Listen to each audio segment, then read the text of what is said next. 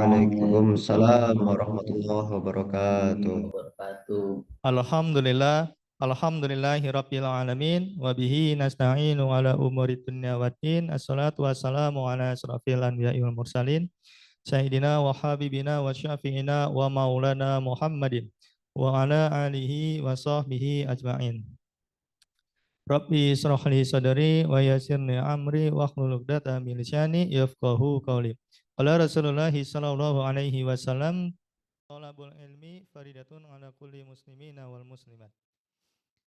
Baik, Bapak, Ibu, dan rekan-rekan yang ada di proyek. Kenapa ini suaranya tiba-tiba? Alhamdulillah, segala puji bagi Allah yang telah memberikan rahmat, nikmat, dan hidayah kepada kita semua, sehingga kita dapat menghadiri kajian rutin pada hari Jumat pagi hari ini, walaupun di dalam tatap maya, insya Allah semoga Allah SWT memberikan keberkahan dan keridhaan kepada kita semuanya. Salat dan salam kita junjungkan kepada baginda Rasulullah SAW yang telah membawa dari peradaban jahiliyah hingga peradaban yang terang benderang hingga saat ini. Baik, Bapak Ibu Mitra Marketing Properti Syariah dan rekan-rekan Iskarima Properti Syariah, baik yang ada di Aula Iskarima Properti Syariah ataupun yang ada di proyek. Hari ini kita akan membahas perihal tentang kesetaraan gender, yang dimana materi yang saat ini masih terkait dengan materi yang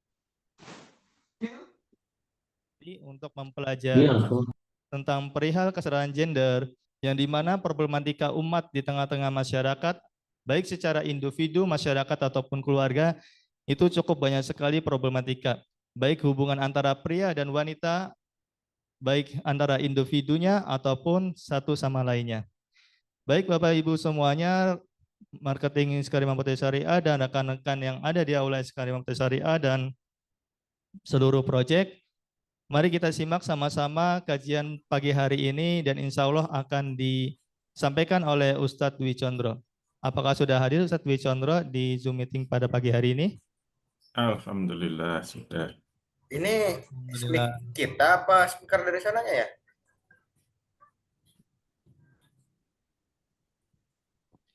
Sehat ya kabarnya Ustadz Dwi Condro? Alhamdulillah sehat. Alhamdulillahirabbil alamin. Sudah siap Ustadz? Kita akan mulai pembahasannya.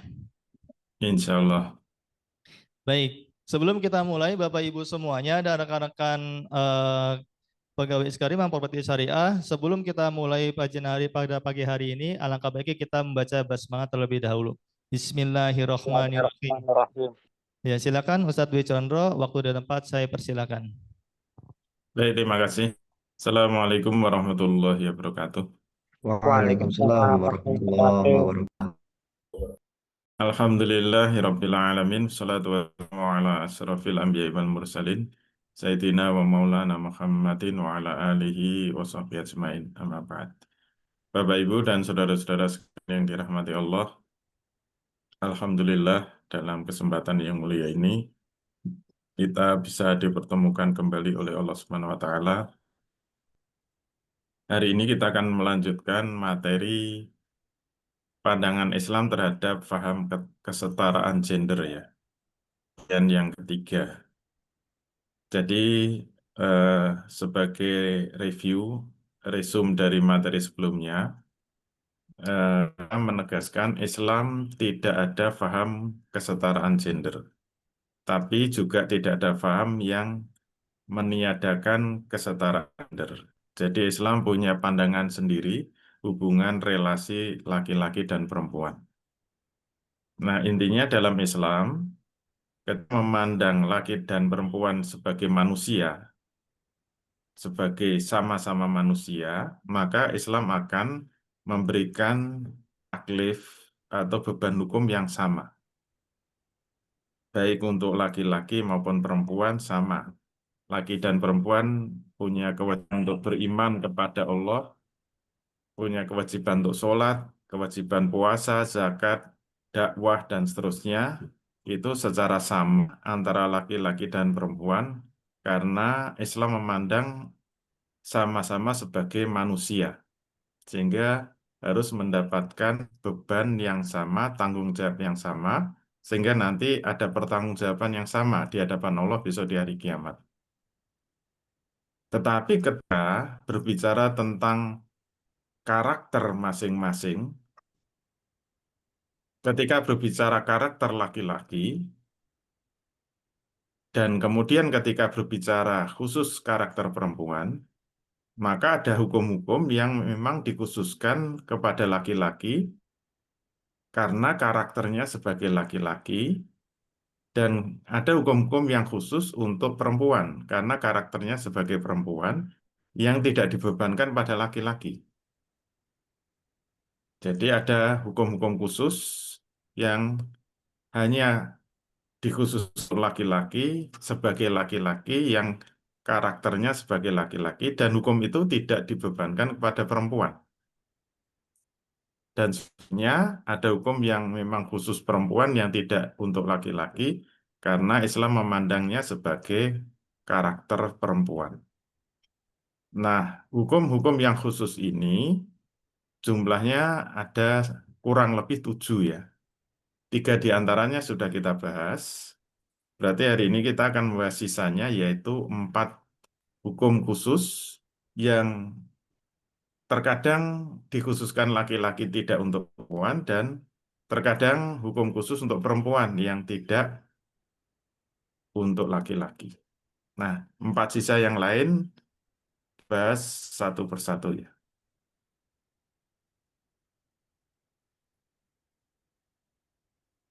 Jadi kesetaraan gender dalam pandangan Islam sekarang bagian yang ketiga.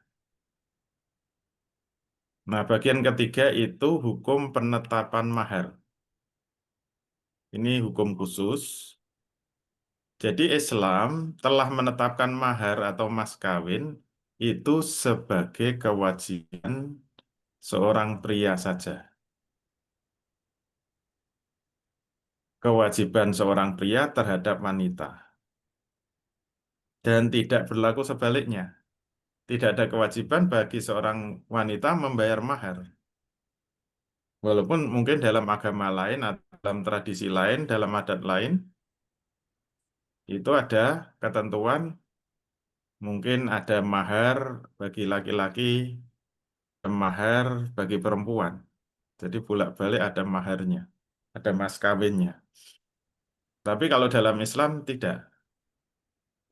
Itu hanya kewajiban laki-laki untuk perempuan dan tidak berlaku sebaliknya. Berarti ini hukum khusus. Jadi sebab Islam menetapkan mahar itu sebagai hak bagi wanita atau bagi istri atas seorang laki-laki. Jadi sekali lagi mahar itu kewajiban laki-laki dan menjadi hak perempuan.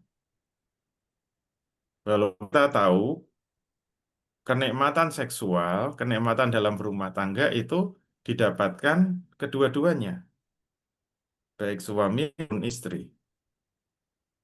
Sama-sama mendapatkan kenikmatan seksual, tetapi mahar itu diwajibkan atas laki dan merupakan hak perempuan.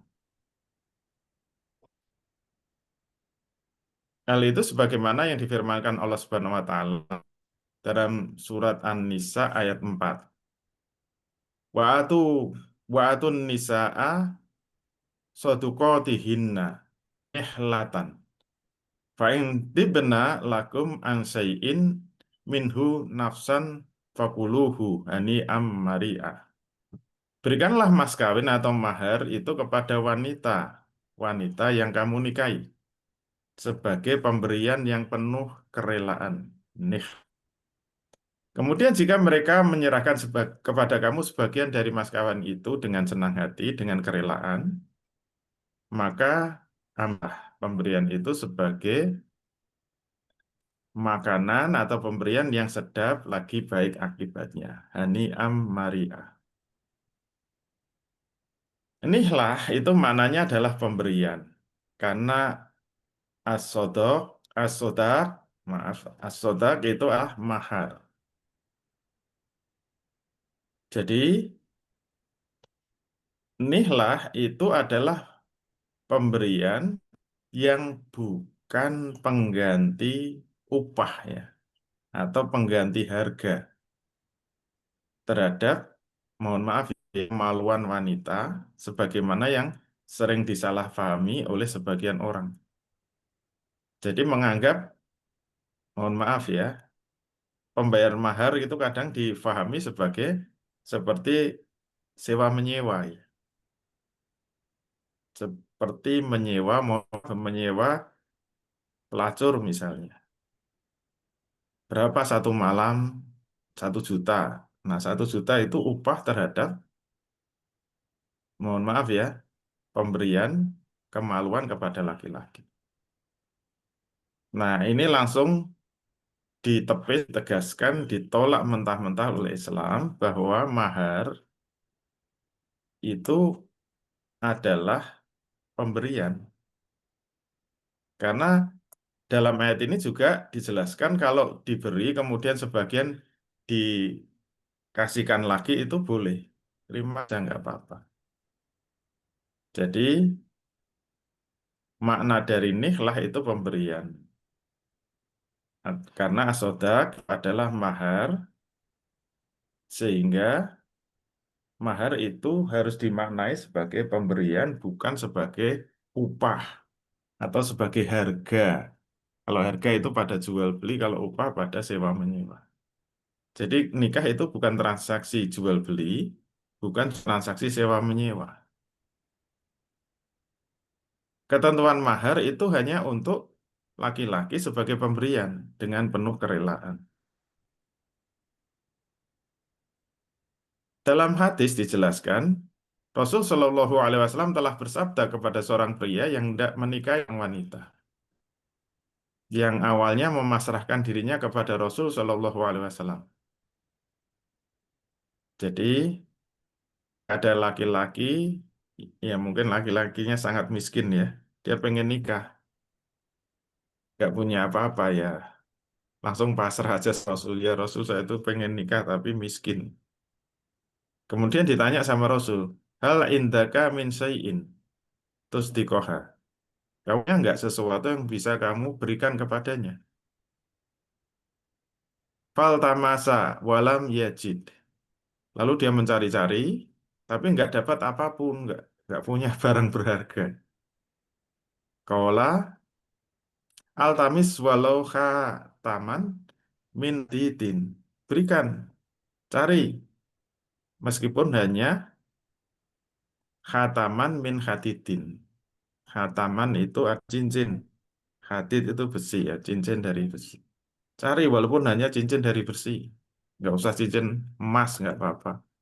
Nggak usah bertatang belian, nggak apa-apa. Cincin besi nggak apa-apa. Masa nggak punya sih? Ake-ake saja nggak apa-apa.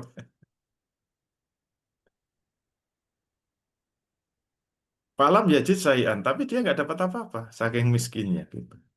Wah ini payah mau nikah, cincin besi aja nggak punya.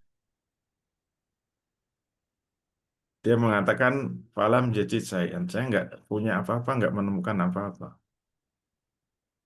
Bagaimana tindakan Rasul? Fazawajahu iyyaha bima ma'ahu minal Qur'ani. Kemudian Rasul memerintahkan untuk mengawini wanita itu dengan maharnya apa? Mengajarkan ayat Al-Quran yang dia hafal. Hafalnya Al-Fatihah ya dipinang dengan Al-Fatihah. Maharnya kalau saking miskinnya boleh hanya dengan Al-Fatihah. Ngajari Al-Fatihah. Itu sudah sah sebagai mahar. Jadi ini bukan beli, bukan juga sewa menyewa. Dan itu harus difahami sebagai kewajiban laki-laki yang tidak diwajibkan untuk perempuan. Berarti hukum khusus. Yang keempat. Baik, kemudian yang kelima, kewajiban nafkah. Allah Subhanahu wa taala telah menetapkan bekerja mencari nafkah itu kewajiban pria. Sebenarnya bekerja untuk mencari nafkah bukan merupakan kewajiban wanita. Hukum bekerja bagi wanita itu hanya mubah saja. Tidak sunnah, tidak wajib. Wanita bekerja itu mubah, yaitu boleh-boleh saja. Selama tidak mengganggu kewajiban-kewajibannya. Ingat, kewajiban perempuan nanti dalam pertemuan-pertemuan berikutnya dijelaskan ada dua. Paling tidak ada dua. Kewajiban terhadap suaminya, terhadap rumah tangganya, yang pertama sebagai umun. Umun itu sebagai ibu. Yang kedua, Robbatul Bait. Robbatul Bait itu pengatur rumah ya, bukan rumah tangga. Kalau kewajiban mengatur rumah tangga itu suami. Kalau mengatur rumah itu istri. Mengatur rumah ya membersihkan rumah, menata rumah, memasak di dapur, mencuci. Nah, itu tugas yang wajib bagi perempuan. Robbatul Bait. Tapi ini belum kita bahas ya, insya Allah pertemuan berikut. Sehingga kerja bagi wanita itu mubah. Boleh kok. Ingat ada fikih aulawiyat, jangan sampai nanti mengganggu kewajiban. Jika dia menghendaki, dia boleh melakukannya. Jika dia tidak menghendaki, dia boleh untuk tidak melakukannya. Itu maknanya mubah. Jadi bekerja bagi perempuan mubah. Boleh, tapi bagi laki-laki wajib. Maka ini ketiadaan kesetaraan gender dalam Islam tidak, ini harus kita bantah dengan tegas. Dalam Islam tidak ada pandangan faham kesetaraan gender. Kalau ada kesetaraan gender kan semua-muanya harus sama. Kalau laki wajib kerja, berarti perempuan juga wajib kerja. Kan harus setara, kesamaan gender, emansipasi wanita. Tapi faktanya dalam Islam yang wajib kerja itu laki-laki, bagi perempuan tidak wajib.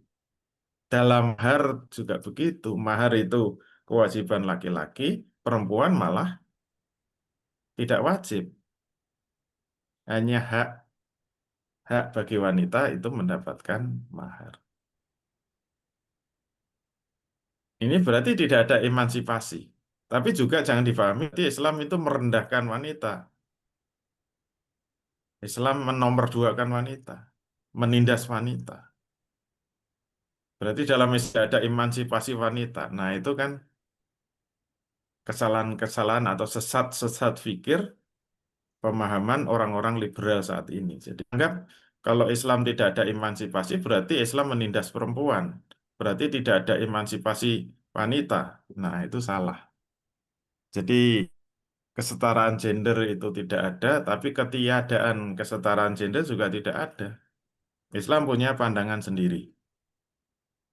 Jadi ada yang sama kewajiban itu bagi laki-laki maupun perempuan, tapi ada yang khusus bagi laki-laki, tidak untuk wanita, dan ada yang khusus untuk wanita, tidak untuk laki-laki. Jadi kalau ingin jelaskan agak panjang pandangan Islam tentang hubungan laki-laki dan perempuan.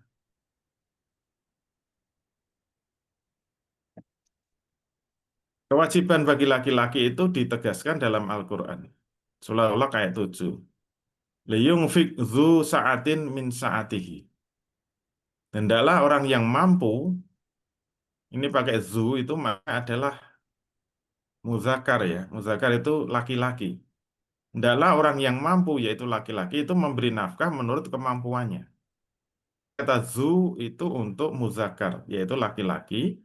Berarti itu kewajiban suami memberikan nafkah. Zu sa'atin min sa'atihi.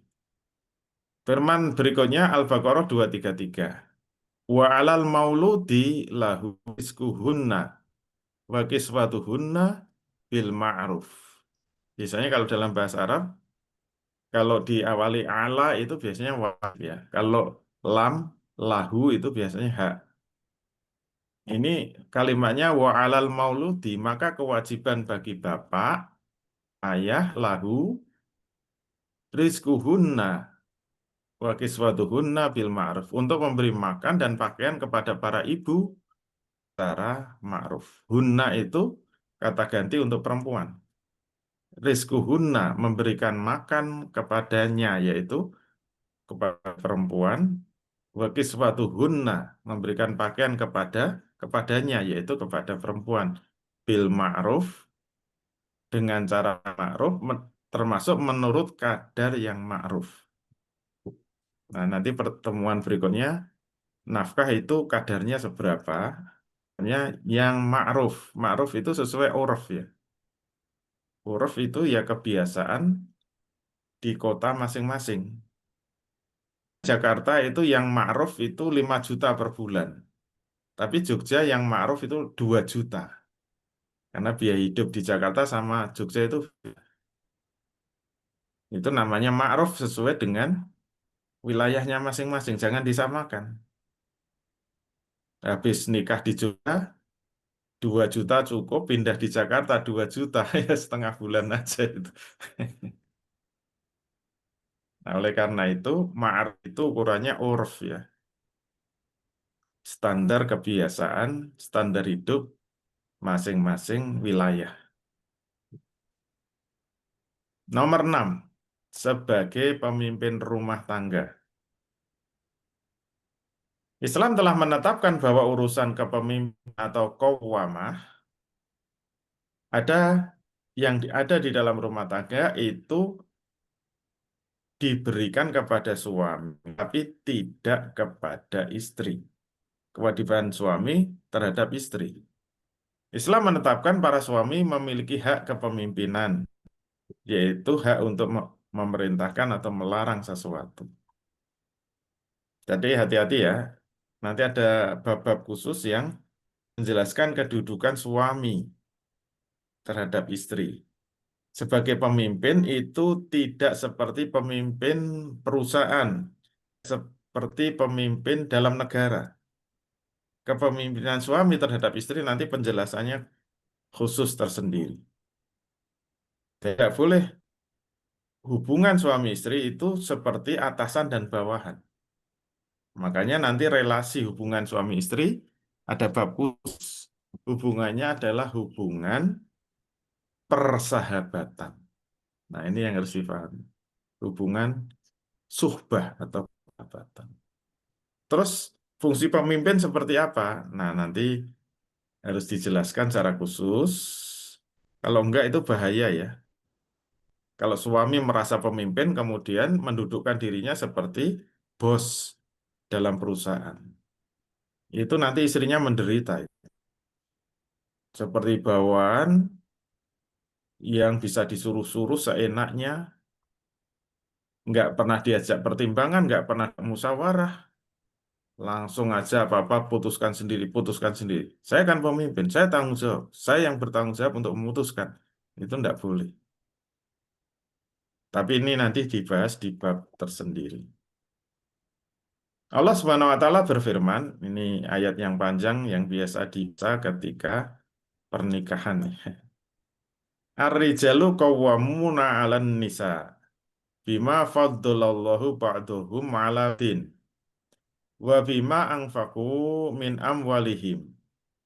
Wassalihatu qanitatun hafizatun lil ghaibi bima hafizallahu wallati takhafuna nusuzahunna fa'iduhunna wahjuruhunna fil madaji'i wadribuhunna fa in ata'nakum fala tabaghu 'alaihinna sabila innallaha kana 'aliyan kabira.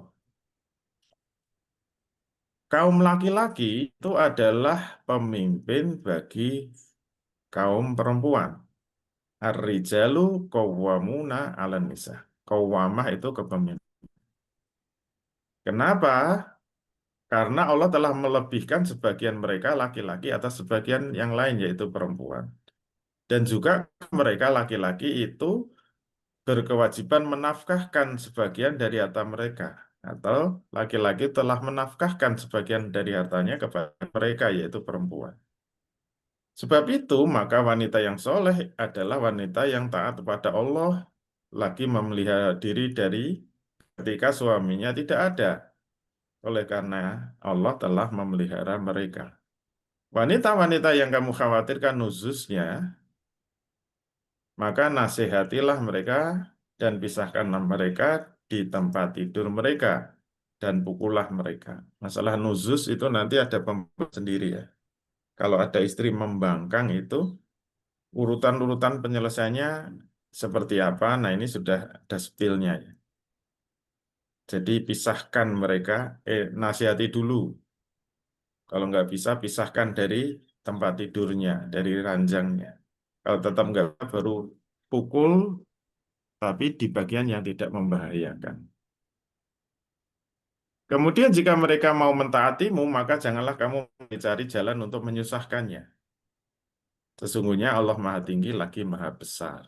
Itu dalil tentang qawwamah ya. Jelasannya Allah Subhanahu wa taala telah menjelaskan bahwa kepemimpinan dalam rumah tangga itu diberikan kepada kaum pria. Kenapa? Karena Allah Subhanahu wa taala telah menetapkan berbagai tambahan taklif pada mereka. Seperti dalam pemerintahan, imam sholat, perwalian dalam pernikahan, dan hak menjatuhkan talak itu pada kaum pria.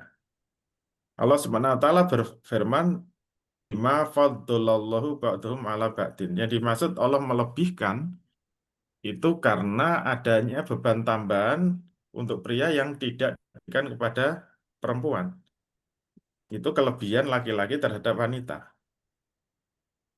Misalnya untuk menjadi pemimpin, penguasa ya, penguasa dalam arti yang punya kewenangan menerapkan hukum ya. Karena tidak semua pemimpin itu penguasa. Nah, beban untuk menjadi penguasa itu kepada laki-laki. Sholat itu juga untuk laki-laki. Wali, untuk menjadi wali bagi seorang perempuan yang menikah itu juga wali hanya laki-laki. Hak menjatuhkan talak itu juga hanya untuk laki-laki. Itu kelebihan yang diberikan oleh Allah yang menjadi alasan qawwamah itu diberikan kepada laki-laki. Kepemimpinan tersebut juga dikarenakan ada berbagai beban yang telah digantungkan oleh Allah di pundak kaum pria.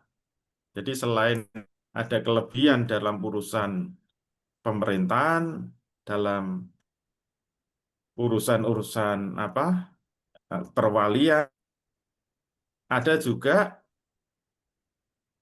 adanya beban taklif nafkah itu kepada laki-laki seperti mahar, makanan, pakaian, tempat tinggal itu juga merupakan taklif untuk laki-laki.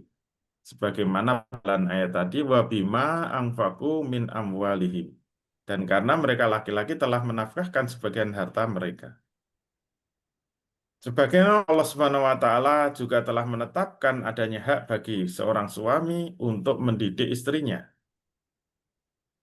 dengan cara memberi nasihat yang baik, memisahkan dari tempat tidur atau memukulnya sebagai pukulan takdib ya, pendidikan. Kalau dia nusus atau melanggar atau membangkang. Nah, dari isyarat wajib menasihati, kalau nggak bisa dipisah ranjangkan, bahkan boleh mukul, itu kalau ada nusus, itu menjadi petunjuk bahwa yang wajib mendidik istri itu adalah suami. Jadi selain ada kelebihan tadi, kemudian ada kewajiban nafkah, kemudian ditambah kewajiban mendidik. Nah, bolehnya memukul itu adalah pukulan yang tidak menyakiti atau melukai. Menurut dosa si istri yang melakukan nus atau bermaksiat, melanggar perintah suami dan melakukan penentangan terhadap suami. Nusus itu kalau istri tidak taat pada perintah suami.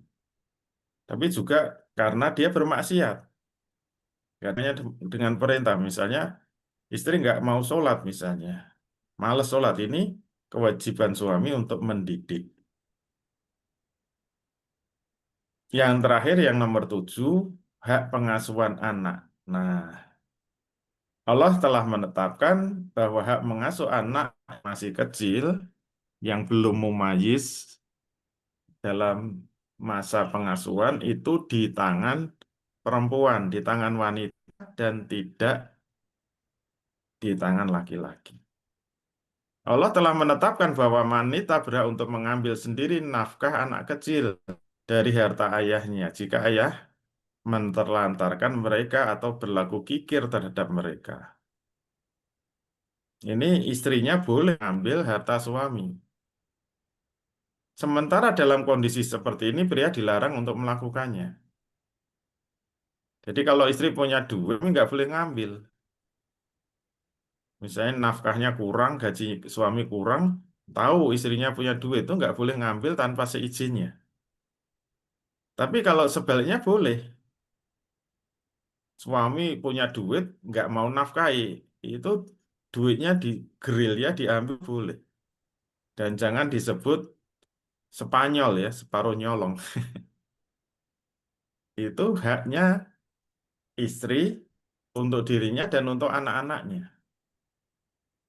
Jadi hati-hati ya, para suami tidak boleh sembarangan ngambil duit istri. Tapi istri boleh duit suami. Kalau suaminya sampai kikir tidak mau memberikan nafkah. Nah ini ada hadis yang panjang.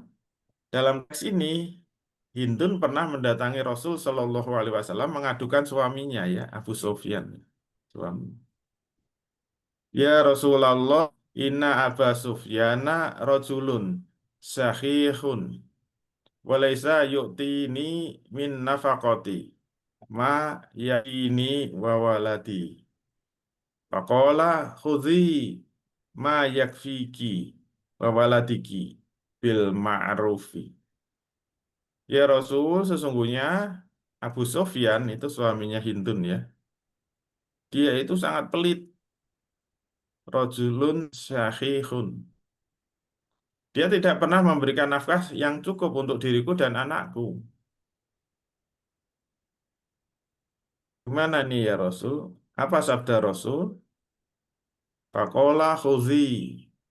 Kalau khudh tadi untuk laki-laki ya muzakkar. Kalau khudhi itu untuk muannas. Khudhi ma yakfiki. Ambil apa yang cukup untuk kamu lagi dan untuk anakmu bil ma'ruf dengan cara yang ma'ruf. Jadi boleh mengambil tapi sebatas untuk nafkah ya. Jangan ngambil duitnya suami untuk beli tas misalnya. Yang mahal-mahal beli handphone yang mahal nggak boleh. Karena nafkah itu kewajiban untuk pemenuhan kebutuhan doruri, yaitu sandang, pangan, papan, bisa juga untuk kebutuhan kamali yang luzumiyah, kebutuhan pelengkap yang wajib, seperti beli gas, bayar apa, listrik, mungkin juga beli pulsa itu sebenarnya hanya kamaliyah ya, kebutuhan sekunder, tapi bisa jadi wajib kalau itu bersifat pasti. Jadi kalau di di dapur nggak ada gas ya nggak bisa masak. Padahal kewajiban istri itu robatul bait ya. Nah itu namanya kamaliyah luzumiyah. Nah kalau ada kejadian seperti Hindun, seorang qadhi akan memaksa seorang suami untuk menyerahkan nafkah kepada istrinya dan menetapkan bagi istri hak mengelola langsung nafkah untuk dirinya dan anak-anaknya. Dan sebaliknya qadhi akan menolak pengelolaan nafkah itu oleh suami. Jadi nafkah itu harus diserahkan pada istri, biar dikelola istri. Nafkah tidak boleh dipegang suami, karena nafkah itu kewajiban pemberian dari suami kepada istrinya, harus diserah terimakan. Dan hati-hati nafkah itu perlu diakad, harus ada akad nafkah. Sebulan itu berapa? Itu haknya istri soalnya. Karena kalau nanti nafkah kurang, itu bisa dihitung sebagai utang. Misalnya di Jakarta itu 5 juta untuk hidup standar hidup sebulan. Nah, kalau sudah diakati, suami siap menafkahi 5 juta, maka kalau kurang bisa ditagih. Kok baru 3 juta, iya nanti yang 2 juta nyusul.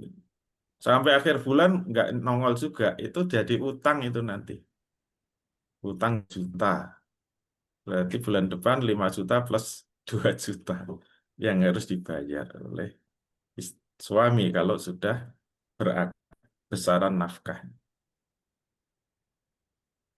Nah, ketentuan Islam bisa disimpulkan bahwa Islam itu datang membawa sejumlah hukum yang berbeda. Sebagian khusus untuk kaum pria, sebagian lain khusus untuk kaum wanita. Dalam konteks ini, Islam membedakan antara pria dan wanita dalam sebagian hukum. Islam memerintahkan agar keduanya, kaum pria maupun wanita, ridho terhadap hukum-hukum yang bersifat khusus yang sudah ditetapkan oleh Allah Subhanahu wa Ta'ala. Sebaliknya, Islam melarang masing-masing pihak iri dengki. Itu kenapa yang wajib kerja kok laki-laki, kok hanya mubah. Nggak boleh iri dengki karena itu ketetapan Allah. Enak suami bisa keluyuran terus. Nggak boleh iri dan dengki. Serta mengangankan apa yang telah Allah lebihkan kepada sebagian yang lain, nggak usah membayangkan nanti istrinya jadi qawamah, jadi pemimpin rumah tangga karena lebih kaya, lebih cantik. Ya jelas perempuan lebih cantik dari laki. Allah Subhanahu wa Ta'ala berfirman,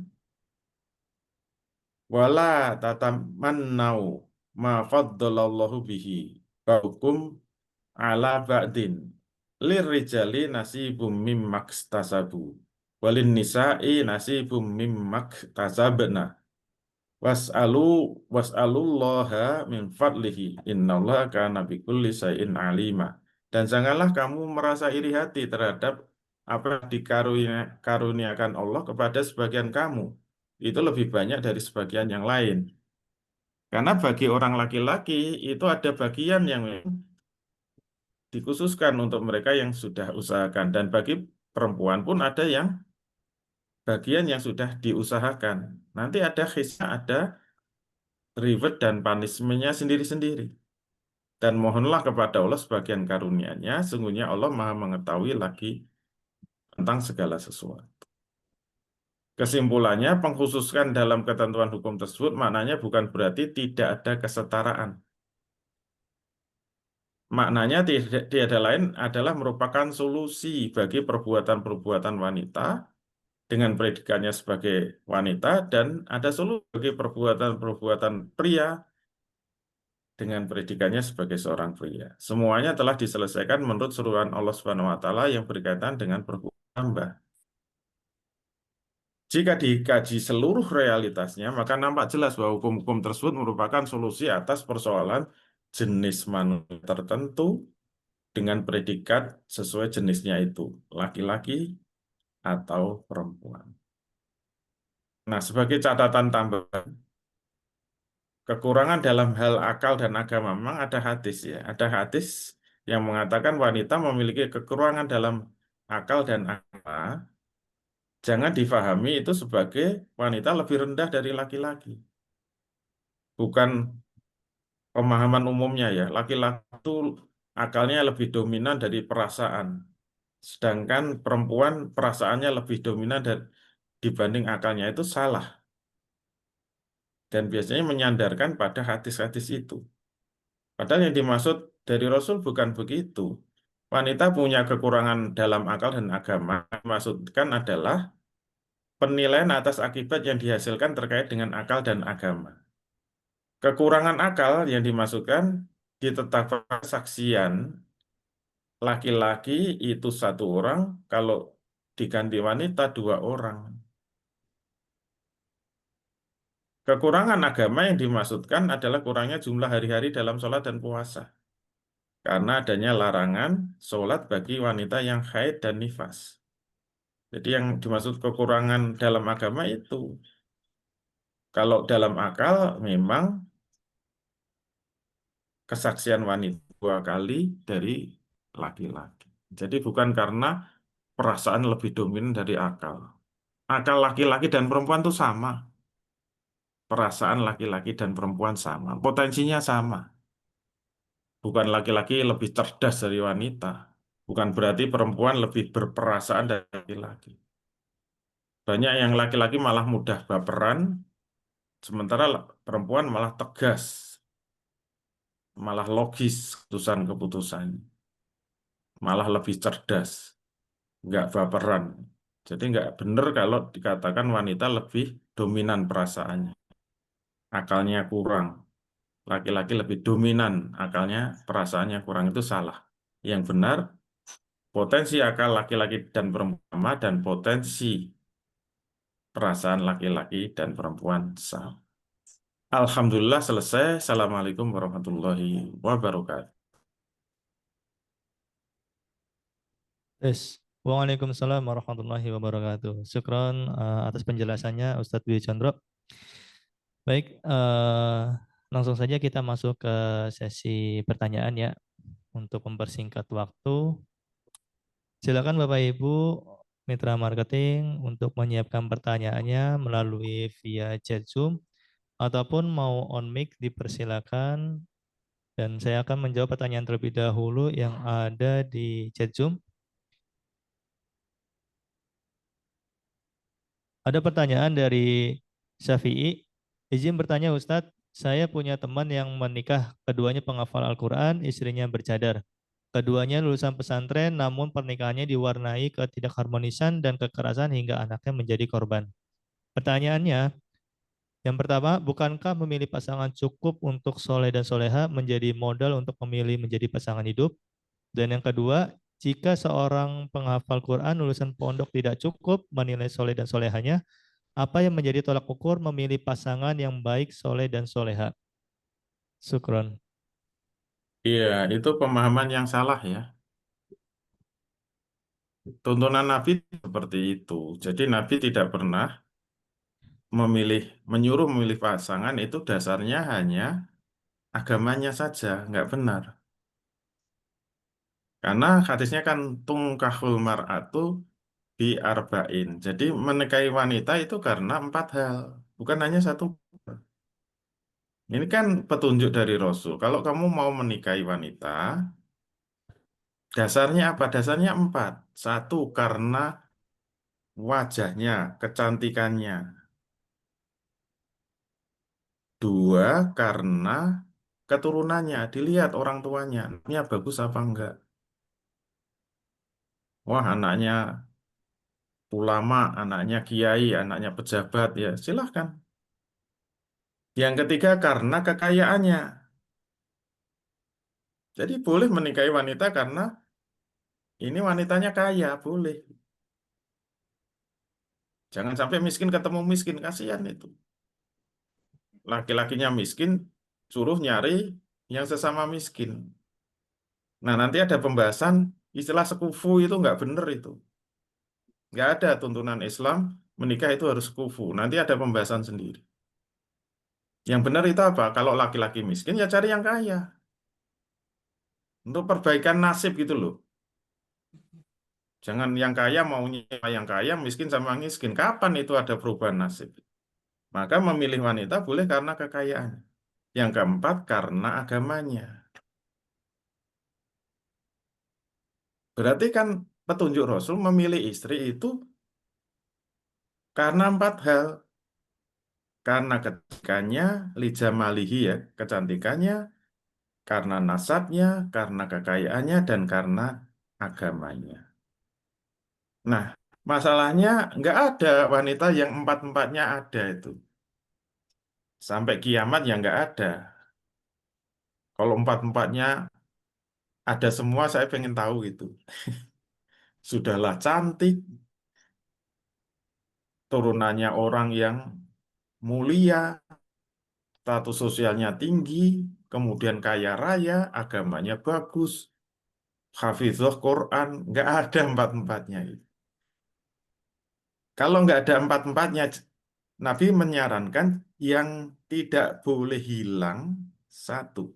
seberuntung-beruntungnya suami itu kalau karena agamanya. Jadi yang boleh yang itu nggak ada, tapi jangan sampai yang nggak ada itu agamanya. Jadi agama itu jangan sampai nggak ada pada calon istri kita gitu loh. Jadi boleh saja istrinya itu cantik, boleh kok istri cantik. Yang penting agamanya. Boleh saja istrinya kaya raya, yang penting agamanya. Gitu loh caranya memilih itu. Biar harmonis gitu.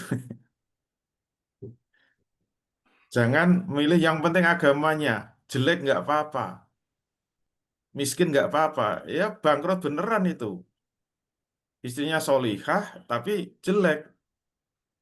Ya itu tiap hari kan uring-uring terus gitu. Lihat wajahnya muntah, lihat wajahnya muntah. Gimana bisa harmonis? Dulu dilihat nggak itu wajahnya? Nah, nazar itu boleh. Bahkan boleh melihat dengan membuka aurat. Nanti ada pembahasan itu. Syaratnya istri itu dalam keadaan tidak tahu diintip. Boleh mengintip. Misalnya apa kerudungnya dibuka pakai apa kakinya dilihat, betisnya boleh, mulus apa enggak boleh dilihat. Asalkan ketika dilihat perempuannya enggak tahu di dalam ruangan. Kemudian boleh ngintip dari ruang tamu. Nazar itu boleh. Kalau dilihat ternyata enggak menarik, ya sudah jangan dilanjutkan. Walaupun sangat solihah, hafal Quran. Kalau memang enggak selera enggak usah lah. Yang laki-laki itu tenang, tentram, melihat wajah istrinya itu rasanya berbunga-bunga, stres hilang semua, itu kan karena istrinya cantik. Ya, saya sebagai laki-laki kan merasakan gitu. Kalau sudah pergi-pergi capek itu yang paling menenangkan, teramkan kalau pulang lihat wajah istri yang cantik itu. Wah, segala capek luruh semua itu, gugur semua. Lihat senyuman yang cantik. Lah kalau ini jelek ya gimana? Walaupun cantik itu relatif ya, relatif. Mungkin laki-laki menilai jelek, tapi laki lain menilai cantik. Ya itu karunia Allah. Supaya yang jelek juga laku. Kasihan kan? Jelek itu menurut pandangannya siapa dulu gitu loh. Ya saya pernah lihat teman saya, mohon maaf ya. Istrinya jelek banget ya, menurut saya. Tapi saya tanya, kok kamu mau sama itu? Wah, dia menurut saya wanita paling cantik. Ya sudah lah, mata kita memang beda. Ya itu karunia Allah. Supaya yang jelek juga laku. Relatif kok. Yang penting menurut dirinya itu melihat wajahnya itu memang tertarik gitu loh. Itu rahasia harmonisan rumah tangga. Syukur-syukur dia kaya. Kan enak juga gitu loh. Punya istri kaya. Belum di udah, jangan khawatir Mas. Saya udah dikasih Bapak itu rumah, dikasih mobil, dikasih motor, semua udah siap. Tinggal kering aja. Nah, Alhamdulillah. Itu yang membuat rumah tangga kita harmonis. Yang penting apa? Agamanya bagus. Kalau terpaksanya cantik ya sudahlah diterima-terima kayak gitu loh. Yang penting agamanya bagus. Kalau terpaksanya kaya ya sudahlah jangan ditolak. Yang penting agamanya bagus ya. Kalau terpaksanya cantik ya sudahlah dinikmati saja. Gitu aja kok repot. Baik, Gitu Tat. halal. Berarti kalau ada omongan apa namanya antara laki sama perempuan mau menikah, kita mulai dari nol. Itu bullshit ya, Tat ya? Itu rumus dari mana itu? Nggak ada petunjuk dari Nabi kok nggak dipakai. Oke, baik-baik. Kita lanjut, Tat. Pertanyaan yang kedua dari Bunda Evi. Izin bertanya, Tat. Kalau mahar pinjam sama mempelai wanitanya tanpa sepengetahuan orang tua mempelai wanita itu gimana hukumnya? Dan jika laki-laki, sebentar. Laki-laki tidak memberi nafkah dengan alasan suami jika sudah tidak mampu Allah juga tahu gimana Ustadz. Iya, mahar dengan utang itu boleh. Makanya akad nikah itu boleh. Saya eh, nikahkan kamu dengan anak saya, Fulanah bin Fulan, dengan mahar 1 juta rupiah dengan uang. Nah itu sah. Boleh dengan utang. Boleh juga uangnya sudah ada tapi dari utang istrinya ya boleh. Utang kepada siapa saja boleh. Yang penting utangnya dibayar. Terus kalau laki-laki nggak mau menafkah dengan alasan tidak mampu, itu nanti haknya kepada perempuan. Perempuan boleh ridho tidak dinafkahi karena hak, bukan kewajiban perempuan, haknya. Kalau nggak ridho boleh mengajukan gugat cerai atau khulu ya. Terserah dia kuat atau enggak. Kalau kuat dengan tidak dinafkahi suami ya terserah. Kalau nggak kuat boleh mengajukan cerai. Nanti ada bab perceraian itu ada bab sendiri ya. Itu ya Allah. Oke, baik Tat. Berarti diperbolehkan ya mahar dengan cara hutang. Berarti ntar dalam akadnya hutang juga ya Tat ya. Baik, kita lanjut pertanyaan dari Pak Yoga Arya. Izin bertanya Ustadz, apa makna dari wanita itu bengkok? Apa karena keras kepala atau yang lainnya? Ya fitrah manusia, semuanya sama kok. Laki-laki perempuan itu sama. Cuma posisi laki-laki itu menjadi pemimpin masalahnya. Sedangkan perempuan itu yang dipimpin. Ya fitrahnya manusia itu terhadap perintah itu ya kadang-kadang berat gitu loh. Karena manusia itu punya nafsu. Karena punya nafsu pengennya ya sak kepingin dhewe, seenaknya sendiri. Sehingga kalau diperintah itu kadang-kadang males. Itu namanya bengkok itu. Makanya suami harus sabar. Tapi sebenarnya sama kok. Laki-laki perempuan itu terhadap Allah juga seringnya bengkok. Males itu. Suruh sholat males, suruh bangun tahajud males, suruh puasa males. Itu namanya bengkok itu kayak gitu. Bengkok itu terhadap perintah-perintah itu. Atau terhadap larangan-larangan. Jadi karena posisinya laki-laki itu sebagai pemimpin yang punya kewenangan untuk memerintah atau melarang istrinya. Dan fitrahnya manusia memang bengkok karena punya nafsu. Tapi saya laki-laki juga sama kok. Dia ada juga kecenderungannya bengkok gitu. Berat itu. Quran sendiri mengakui sholat itu berat itu. Kecuali bagi orang yang beriman. Orang yang ikhlas. Gitu ya Allah. Baik Ustadz, karena tadi kita sudah 3 pertanyaan dari chat Zoom, saya pengen menyapa dulu yang di aula nih. Kira-kira ada yang bertanya? Silakan. Oke, monggo.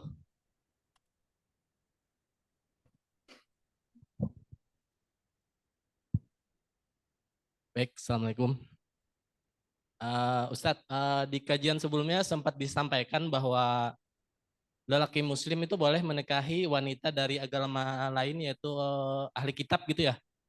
Eh, nah, misalnya ada teman saya pengen banget nikah sama cewek Cindo, tapi ceweknya ini belum mau masuk Islam misalnya. Itu nanti ketika mereka sepakat untuk menikah itu akadnya bagaimana Ustadz, dan jika sudah menikah itu sistem peraturan rumah tangganya apakah sama atau bagaimana? Mungkin, Iya, syukran. iya. Jadi nanti ada pembahasan sendiri ya, tapi belum masuk. Jadi wanita-wanita yang halal dinikahi, yaitu apa? Yang pertama muslimah, itu halal. Yang kedua ahlul kitab, itu halal. Kalau wanita musyrik tidak boleh, seperti Hindu, Buddha, Konghucu nggak boleh. Jadi kalau Cindo dilihat dulu dia agamanya apa. Kalau agamanya Buddha nggak boleh. Agamanya Hindu nggak boleh. Tapi kalau Cindo Kristen atau Cindo Katolik itu boleh. Terus nikahnya gimana? Ya orang tuanya dilihat. Kalau orang tuanya juga Kristen, nanti bisa pakai wali hakim, bisa pakai wali. Terus nanti dalam hak kewajiban ya sama. Karena syariat Islam itu kan untuk Muslim, juga untuk non-Muslim syariat Islam itu.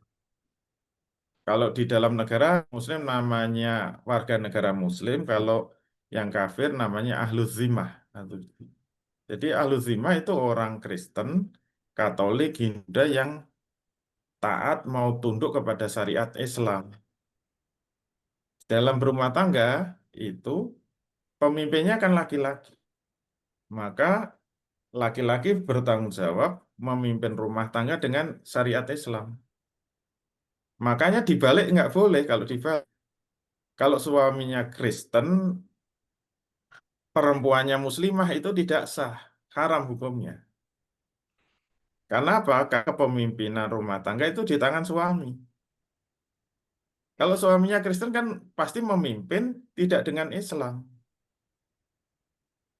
Padahal perempuan muslimah tidak boleh tunduk kepada aturan selain Islam. Tapi kalau dibalik boleh. Laki-laki muslim, perempuannya ahlul kitab itu boleh. Karena ar-rijalu qawwamuna 'alan nisa.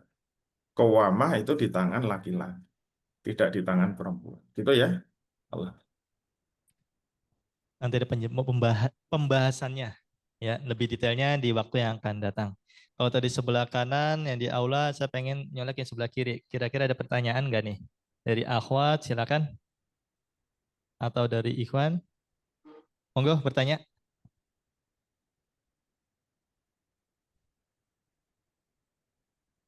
Tidak ada yang bertanya? Kan banyak yang jomblo di sini. Baik, kita lanjut ya. Pertanyaan yang ada di chat Zoom. Dari pertanyaan dari Pak Ahmad. Pak Ustadz, apa hukumnya jika suami menyuruh istri bekerja karena kondisi ekonomi suami tidak mencukupi kebutuhan keluarganya? Dan yang kedua, bagaimana hutang piutang antara suami ke istri jika suami meminjam uang ke istrinya, namun hingga akhir hayatnya tidak mampu membayar hutang ke istri tersebut? Iya, kewajiban istri itu taat kepada suami. Itu wajib. Tapi suami, perintah-perintah yang wajib ditaati seorang istri dari suami itu hanya perintah yang berkaitan dengan hak suami. Kemudian yang kedua hanya perintah-perintah yang masru'iyah ya, perintah-perintah yang disyariatkan, bukan perintah yang diharamkan. Contohnya apa? Kalau suami memerintahkan untuk apa? Untuk buat yaitu wajib ditaati. Itu karena hak suami. Tapi kalau menyangkut hak istri, tidak ada kewajiban mentaati. Misalnya saja apa? Eh, Nafkah itu hak istri, bukan kewajiban istri. Jadi suami tidak boleh memerintahkan istri untuk bekerja, tidak boleh. Kalau istrinya menolak, enggak ada masalah. Tapi kalau istrinya mau ya boleh-boleh saja, karena bekerja itu boleh. Karena nafkah itu kewajiban suami, bukan kewajiban istri. Jadi kan itu harus menyangkut haknya siapa. Nah nanti kalau pembahasan masalah perjodohan itu hubungan antara bapak dengan anak. Ketaatan anak juga wajib berbakti kepada orang tua. Tapi tetap berkaitan dengan hak orang tua, bukan hak anak. Jadi kalau bapak memerintahkan anak, tolong buatkan teh ya, itu wajib ditaati. Karena menyangkut hak bapak. Tapi kalau menyangkut hak anak, misalnya anak pengen kuliah di pertanian, bapaknya pengen anaknya kuliah di kedokteran. Kalau terjadi perbedaan pendapat, yang menang haknya anak. Karena yang kuliah itu anaknya, bukan bapaknya. Jadi kalau ada perbedaan pendapat, yang menang itu bapaknya, anaknya. termasuk perjodohan. Kalau bapak punya calon suami, anak punya calon suami. Kalau ada perbedaan, yang menang calon anak. Itu nanti ada pembahasan sendiri ya. Menyangkut wali adol ya. Kalau ada perselisihan, nanti walinya wali hakim. Itu dalilnya anaknya Umar, Ibnu Umar, Abdullah bin Ibnu Umar, itu pernah menikah dengan seorang wanita. Tapi bapaknya nggak suka Umar itu. Suruh menceraikan istrinya. Ibnu Umar, ceraikan istri. Nah, kira-kira gitu. Nggak mau, saya cinta sama istri saya. Ceraikan. Nggak mau, nggak mau. Akhirnya dilaporkan kepada Rasul. Itu nggak nurut sama saya suruh menceraikan istrinya, nggak mau. Terus Rasul mendatangi Ibnu Umar. Wahai Ibnu Umar, ceraikan istrimu. Bayangkan yang Rasul. Ibnu Umar tetap nggak mau. Saya nggak mau ya Rasul. Ternyata Rasul diam. Itu menunjukkan yang menang siapa? Anaknya. Karena menyangkut hak anak. Perintah bapak tidak wajib ditaati. Kalau menyangkut hak istri, seperti nafkah, perintah suami tidak wajib ditaati.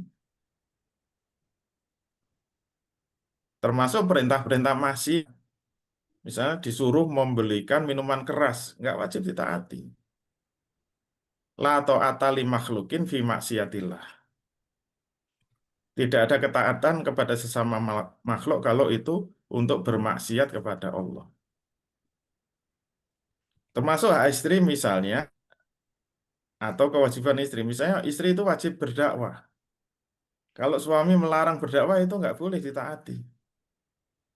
Karena perintah maksiat atau larangan maksiat. Dakwah wajib kok dilarang. Sholat wajib, nggak boleh larang istrinya sholat. Nggak wajib ditaati. Nah itu hubungan ketaatan suami dan istri harus paham itu. Yang kedua, bagaimana utang piutang antara suami ke istri. Kalau suami pinjam istri, ya harus dibayar namanya utang piutang. Kalau sampai meninggal belum dibayar, ya nanti ditagih di akhirat.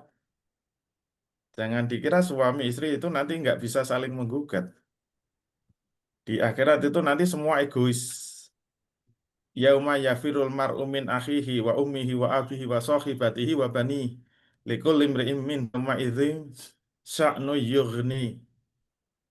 Jadi besok orang itu egois semua. Mereka akan lari dari bapaknya, dari ibunya, dari saudaranya, dari semua egois karena ada masalah yang sangat berat yang harus diselesaikan. Sehingga bisa saling menggugat. Anak bisa menggugat bapak, bapak bisa menggugat anak, istri bisa menggugat suami, suami bisa menggugat istri, saudara kandung bisa saling menggugat. Karena yang dipikirkan kan selamat, selamat, selamat. Depannya sudah neraka yang menggelegar, menyala-nyala. Semua orang pasti takut. Dengan suaranya saja sudah bisa bikin jantung copot itu. Semua akan lupa segalanya. Dipikir cuma nasibnya sendiri. Bagaimana saya masuk surga, jangan sampai masuk neraka, masuk. Gak peduli, itu bapaknya gak peduli, istrinya semuanya mikir di. Maka ada peluang sedikit pun akan dikejar terus itu. Sampai ujung dunia.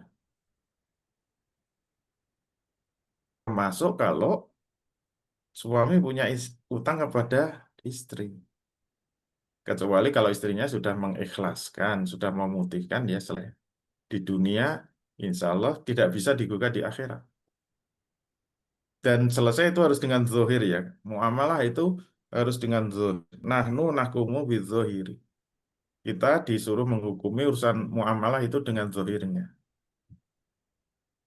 Karena nanti kalau ada menggugat di akhirat, diputar filmnya, dan dasar keputusan Allah itu zohir. Zohir bisa tulisan atau ucapan atau tindakan. Jangan cuma kebatinan. Paling-paling istri saya mengikhlaskan, nggak ada urusan muamalah dengan kebatinan. Harus zohir. Gitu ya Allah. Baik, syukron atas jawabannya Ustadz. Berarti yang punya hutang nih, suami ke istri, ayo dibayar. Apalagi udah gajian ya. Baik, kita lanjut. Tadi kan sudah melalui Zoom dan sudah melalui Aula Iskariman. Sekarang saya mau nyolek nih yang raise hand dari GSH Jatinangor. Silakan untuk kameranya dan mic-nya dinyalakan. Baik, terima kasih moderator kesempatannya. Selamat pagi Ustadz. Mohon izin saya bertanya.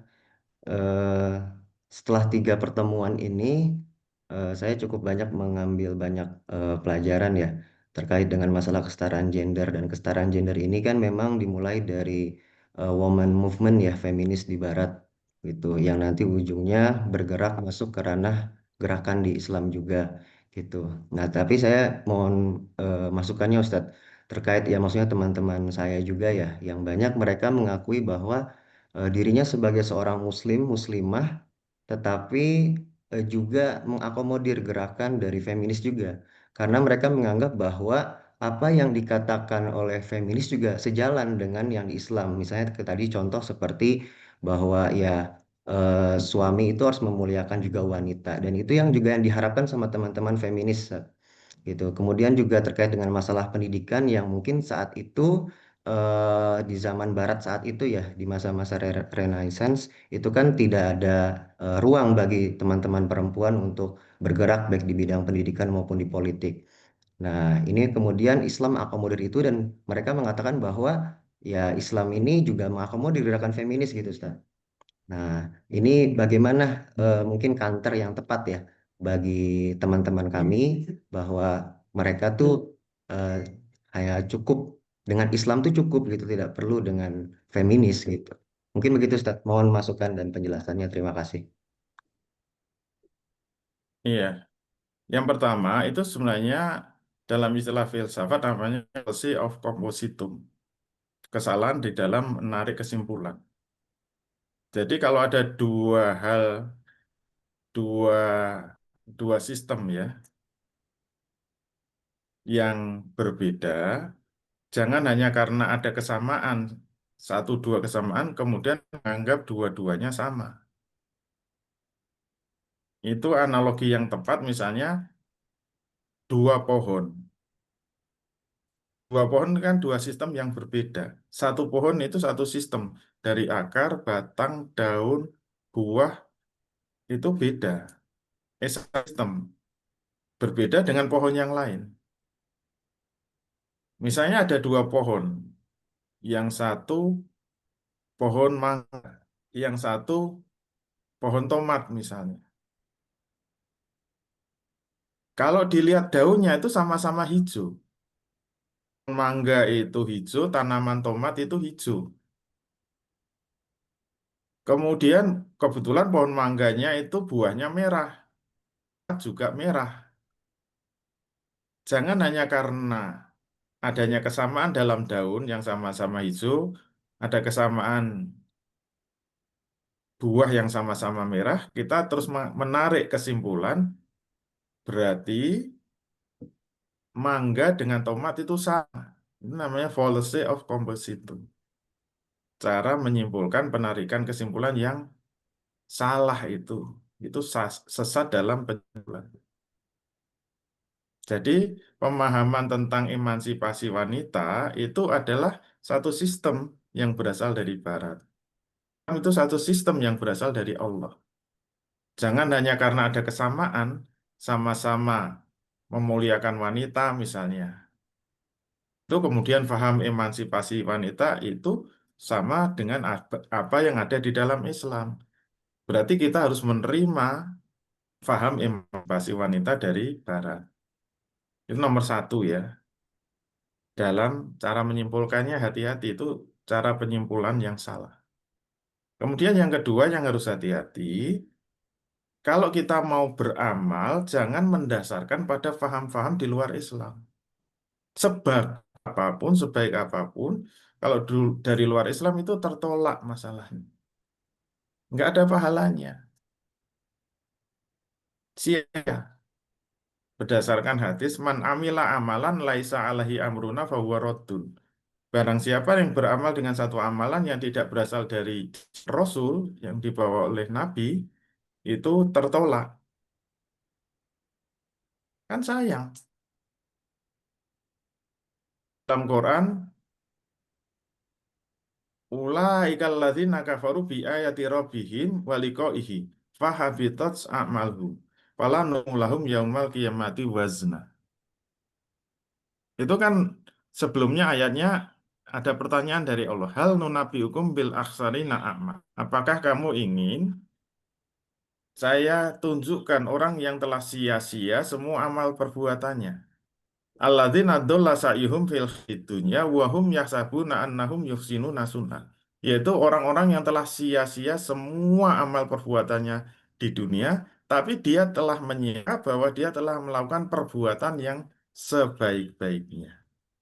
Bayangkan, amal kebajikannya sangat baik, sangat banyak, tapi sia semua.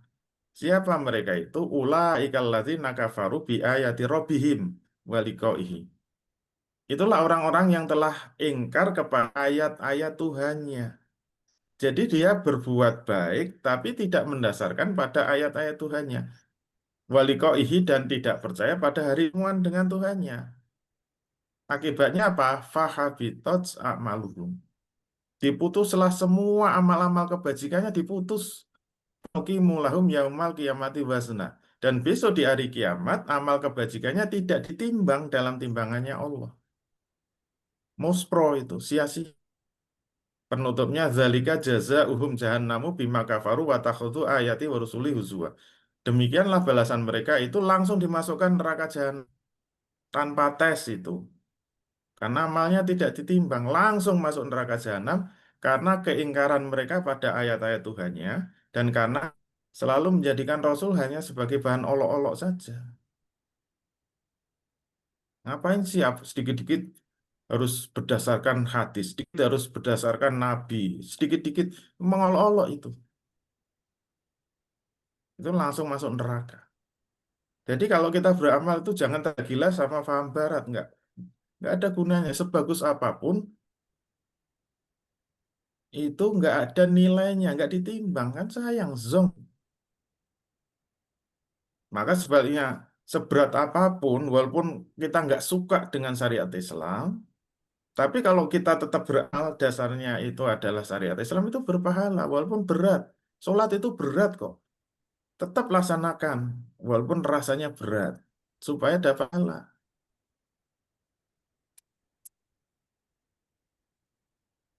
Gitu ya, Allah.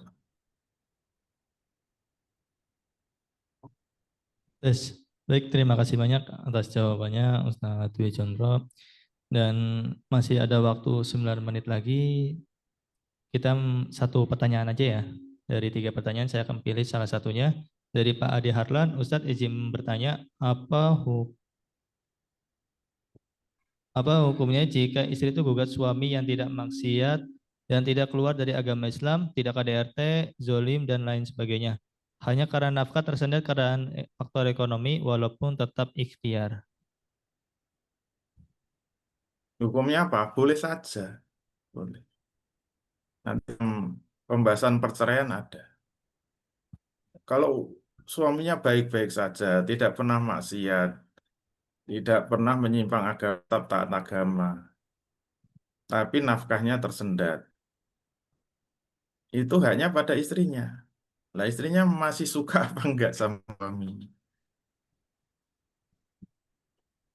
Jangankan nafkahnya tersendat, misalnya suaminya baik, tidak maksiat, kemudian nafkahnya lancar, tapi istrinya gugat cerai, boleh nggak? Ya boleh saja. Nanti ada pembahasannya itu. Berarti apa? Istrinya sudah nggak suka sama suaminya. Lah kalau sudah nggak suka mau apa? Suruh sekamar terus, rumah terus ya. Lihat wajahnya aja muntah itu. Ya sudah itu hanya istri kok. Kalau sudah nggak suka sama suami mau apa gitu.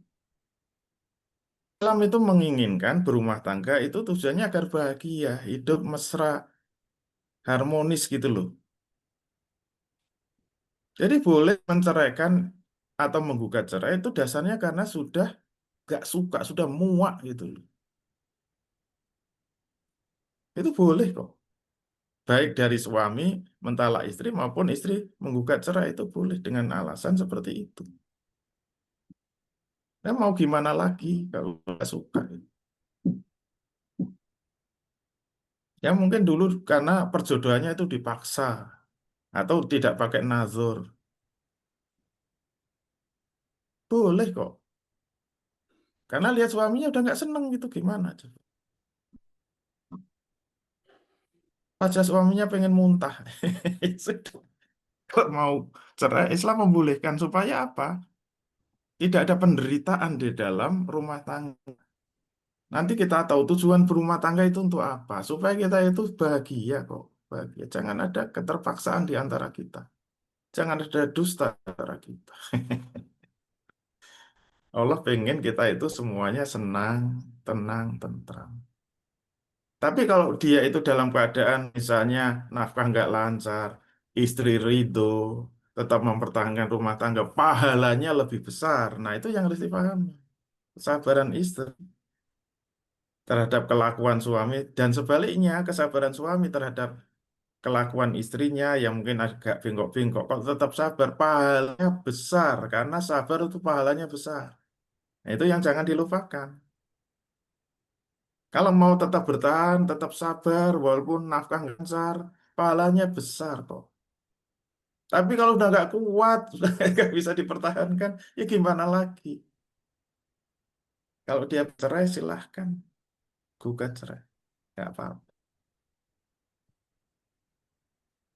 Tapi itu belum dibahas ya. Jangan kemana-mana, tetap bersama. Insya Allah. Allah. Baik, terima kasih banyak atas penjelasannya dan penyampaian dari Ustadz Wicandro. Luar biasa banget materinya sekarang, sangat-sangat daging semuanya yang kita bahas pada hari ini. Dan insya Allah di waktu yang akan datang kita akan menyambung kembali materi-materi yang lain dan masih keterkaitan. Dan Ustadz B. Condro silakan untuk menyampaikan closing statement-nya sebelum kajian pada pagi hari ini kita tutup. Silakan Ustadz. Baik, Alhamdulillah untuk kajian pandangan Islam terhadap paham kesetaraan gender itu sudah selesai ya, sudah tuntas. Berarti minggu depan akan masuk bab baru.